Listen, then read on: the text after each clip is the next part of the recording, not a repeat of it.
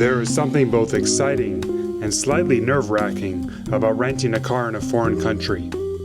On the one hand, it gives you the kind of freedom that public transportation simply can't. You leave when you're ready, and more importantly, you can stop whenever something interesting catches your eye.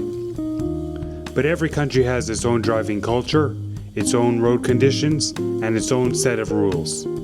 Fortunately for me, New Zealand has some of the most courteous drivers and well-maintained roads in the world.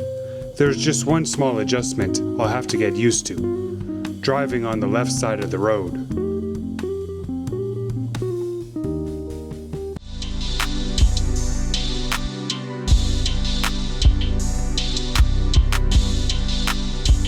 Alright, so picked up my rental here at the airport, and nice, I like what I have here, but it is a little bit odd sitting here in this position of the car being a Canadian. But I've driven right-hand drive before, here in New Zealand, Australia, South Africa, England, and Thailand as well, and Japan. So I've experienced with this, and being a lefty myself, it's actually a lot more comfortable. But you always have to keep it in your mind that, you know, be on the right side of the road, especially at four-way intersections or roundabouts. There's a lot of mental focus, especially when you first start driving with these. Excited to be in the rental, and this is when the real road trip across New Zealand begins. Planning a road trip across New Zealand involves a lot of decisions. Where to stop, where to stay, and how much time to give yourself for the drives in between. I've already done a journey across this country many years ago, and this time I'm following a similar route, with a few tweaks along the way. For the first leg of the trip, after picking up my rental car at Auckland Airport, I'm headed south, towards the small town of Putaruru. From there, I'll make a stop at the beautiful Te Waihou Blue Spring, before continuing on to my first major destination, Rotorua. The drive should take about 3 hours, but with scenery like this, I'm planning to make a few stops along the way. So let's hit the road and begin the first leg of this journey across New Zealand.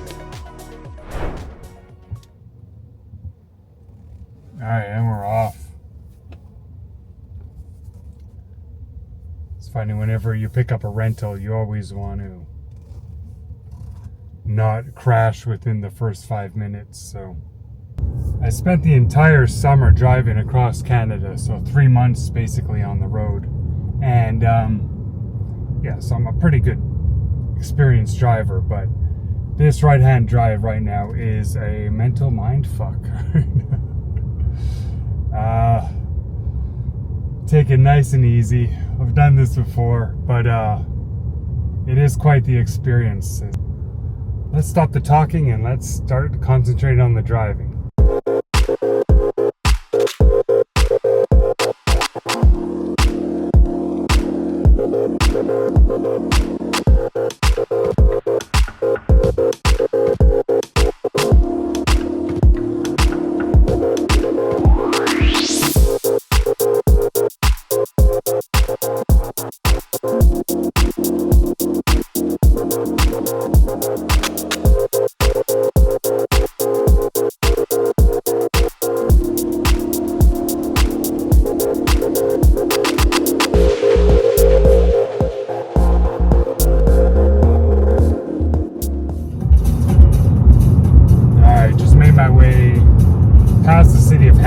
Which I'm going to pass through, but it looks like a fairly large city from what I see out the window here.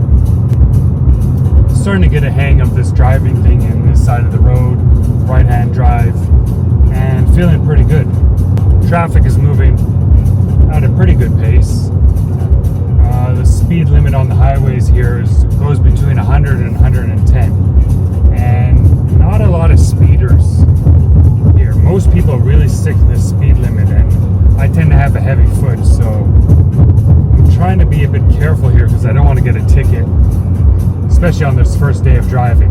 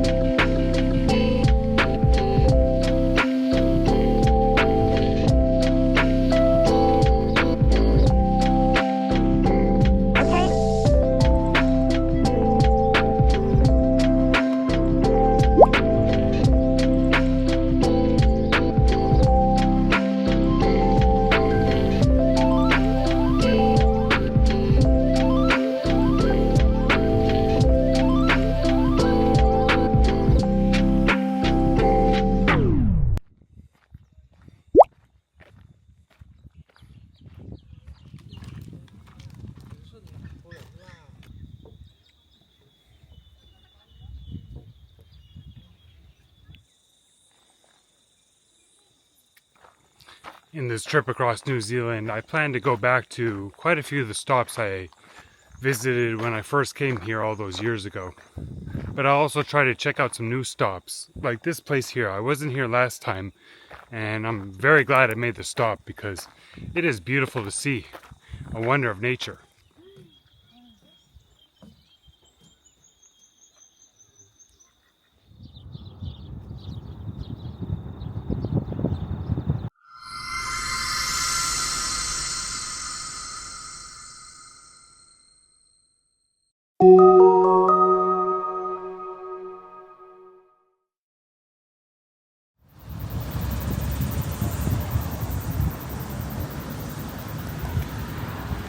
Good morning. We're here on the balcony of my hostel here in Rotorua. It's called the Haka House and a solid choice for a hostel to stay at. I'd highly recommend staying here.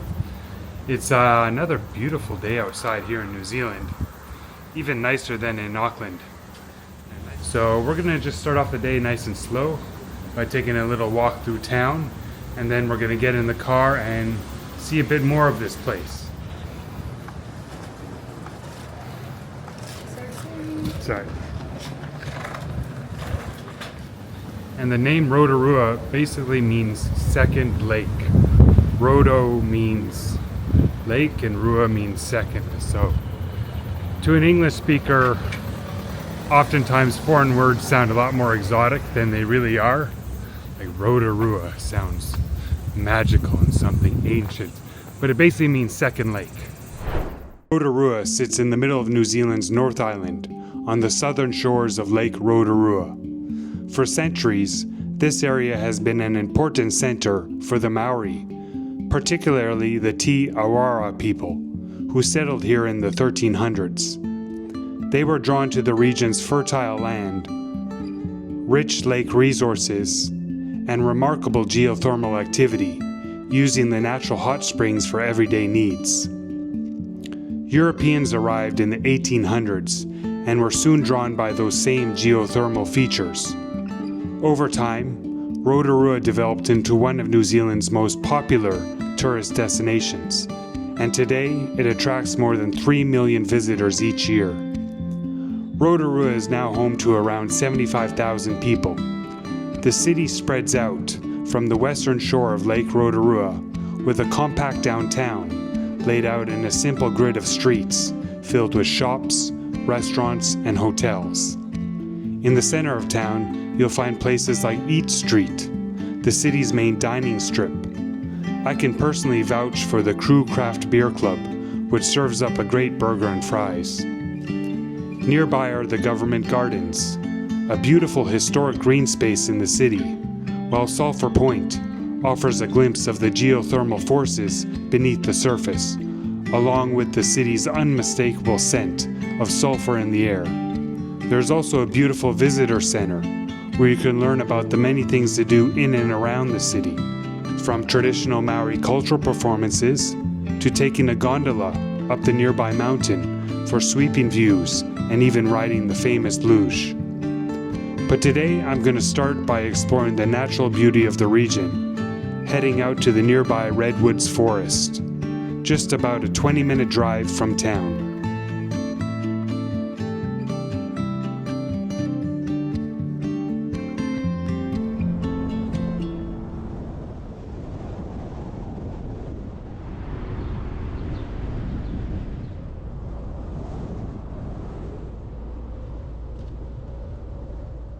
So these majestic redwoods here are not native to this area of the world. They're actually brought here in the early 1900s from Northern California. And the reason why is this area was heavily forested in the 1800s. And so the people here looked for new ways and new trees to plant here to have regrowth. And they selected redwood seeds because of the climate, the damp climate, and also the volcanic soil to see if they would grow here, and they sure did. Wow. Spectacular. Some interesting facts about redwood trees is they are the tallest trees in the world, and some can grow up to a height of about 115 meters. So that's basically like half of the Sky Tower, which we visited in Auckland a few days ago. Or like basically a football field lying down, put up vertically. And they're also the fastest growing trees in the world. Some can grow up at a rate of 1 to 2 meters per year. Man.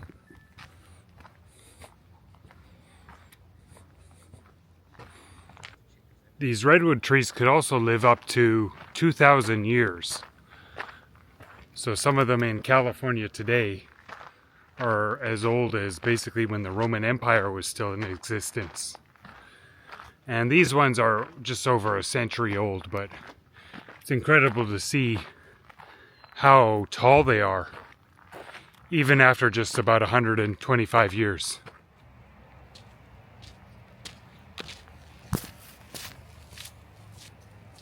Another cool takeaway I've had from walking through this forest here is there's no bugs, no mosquitoes, no flies. It is completely free of bothersome insects. And I'm not sure if it's the season, but this is the warmest time of year, so you would expect there to be plenty of insect life, but no, nothing. Nothing bothering me at all on this trail, which makes walking here even more pleasant. Another win for New Zealand. And as we finish the hike today, we see the awesome tree bridge here that I'm going to come back to in the evening. All right. I've returned to the Redwood Treewalk to do the little night walk. And yeah, very different setting here at this time of day. It's just after 9 in the evening, but we have a packed parking lot, so very interesting. A lot of other people coming here to enjoy this nighttime tree walk. So let's find the entrance here. I think it's this way.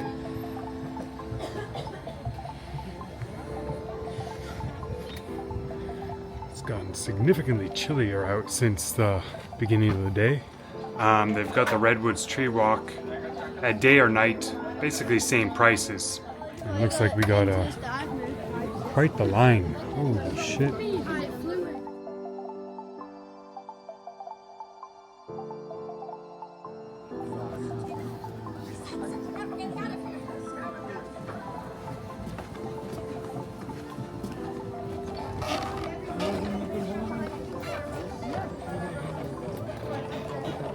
Okay, I'm finally up here. Got a big guy on the bridge ahead of me, so he's shaking it a little bit. Well, I got into the line there at 9:40 p.m. So I came late hoping there wasn't going to be much of a line, but there was one. And now it's 10:30, so I had to wait in line for about 50 minutes just to get up here.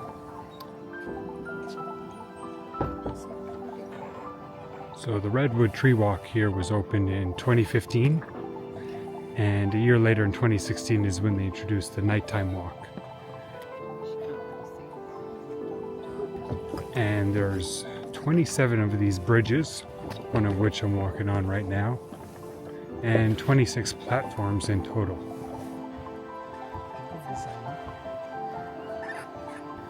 And the entire walk is about 700 meters long, and we get up to heights of about 65 feet in the air.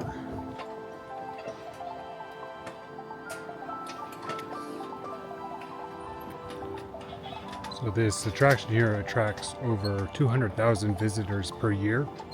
Okay, and the winding stairway down. Well, earlier I gave the daytime just Redwood walk a perfect 10 out of 10 score, and I still hold to it because that was fantastic. As for this one, the nighttime Redwood Tree Walk, I'm gonna give it a 7 out of 10. It was interesting. Some of the lights were quite nice. The line was a bit rough, you know, coming here past 9:30 and still waiting 15 minutes in the line was. But then just being up there walking around, you couldn't really see much and enjoy much of the forest. I mean, you're up there to see the lights, but yeah, it being so dark, you couldn't really see beyond that. And I do think going up to this Sky Treewalk would be a good experience, but a better one like in the daytime, or better yet at the twilight hours. When I was looking at it before, when I was leaving this place, when I came here during the late day. Hello from Bali, Indonesia, where I'm working on finishing up this YouTube series on my travels to New Zealand. First of all, if you've been watching the video up to this point, sincerely thank you. I really appreciate the viewership and the support. And if you haven't already, if you could give me a like and subscribe, I'd really appreciate that as well. It helps to boost the video, more people will be able to see it, and I really enjoy making these videos and would like to make more of them in the future. So, once again, thanks, and this is the end of episode 2. In the next episode, we're going to head south of Rotorua to one of the geothermal parks, and then to a place called Taupo, and finally a place called Tongarongi National Park. So we're going to see more of the epic landscapes of New Zealand, as well as the incredible geology that the country has to offer. So I'm going to get started on the next one right now. And once again, thanks again for the support. And yeah, I'll see you in the next video. Peace.